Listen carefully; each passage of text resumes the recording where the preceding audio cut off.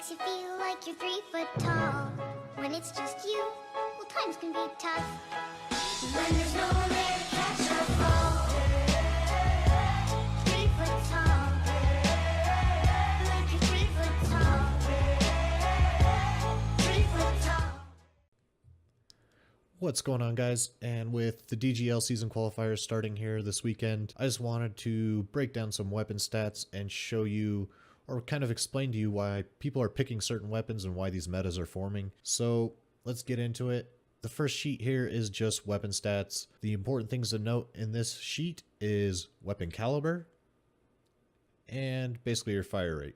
Now, if you're concerned about vertical recoil control, which some people I know are, that's also something to kind of take into consideration, as well as penetration, right? Because if you don't have the penetration to shoot through walls and things like that, that can be a deciding factor for certain people. So take a look at this and keep these things in mind, because just because a weapon has a faster time to kill or kills in less shots does not make it a superior weapon, because it probably has drawbacks somewhere else.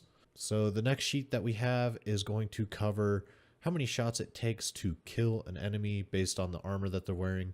You're going to see in competitive, pretty much everyone, if not everyone, is running no armor just to save the weight and to save the points. And you'll also notice that in this sheet that armor has little to no effect on most guns. So this is why you're seeing people wear no armor. The armor does have an effect on penetration and fragmentation, so it can save you from grenades in certain cases and from the wall bangs, but in competitive mode, most people aren't going to wear armor. So take a look at this. You'll notice, like I said, we aren't comparing any of the one-shot kill weapons like the FAL, the SVD, any of the shotguns, the Mark 14, anything like that, because that is just reaction time based kills. There is no time to kill on that. It's just whoever can pull the trigger faster. So you're going to see people run those metas obviously quite a bit. And the next spreadsheet I have here is just your fire rate, shots to kill, broken down into shots per second, which is then broken down into time to kill. So this is going to be your CQBs, your submachine guns, and any of your assault rifles that are 2-shot kills. Obviously I don't have all of them in here. The M4, A1, and the G36K are basically the same fire rate and the same caliber, so they're going to have the same damage model. So as you can see, they have the same time to kill as the Mark 18.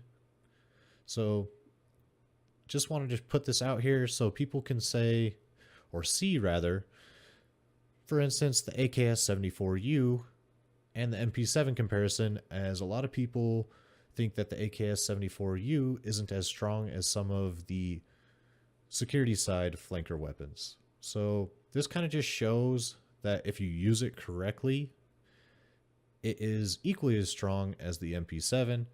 You do see that the Mark 18 has a slight edge, but that Mark 18 also doesn't have the penetration that the MP7 has. So like I said, certain guns have certain pros and cons.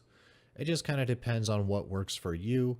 I wanted just to show how close or how far apart some of these weapons really are from each other.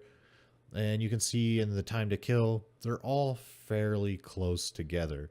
I mean, even from the bottom, the 0.61, all the way up to 0.2, that's fractions of a second. Sometimes that can matter, but if you're getting the first shots off, that fraction of a second probably doesn't matter unless you're whiffing shots. So, as always, accuracy beats anything in this sheet. You want to land your shots, but I just wanted to get this information out here before the DGL season starts, and so people can see why people are running certain weapon combinations and certain weapon platforms. Alright guys, that's it for today. Thanks for watching.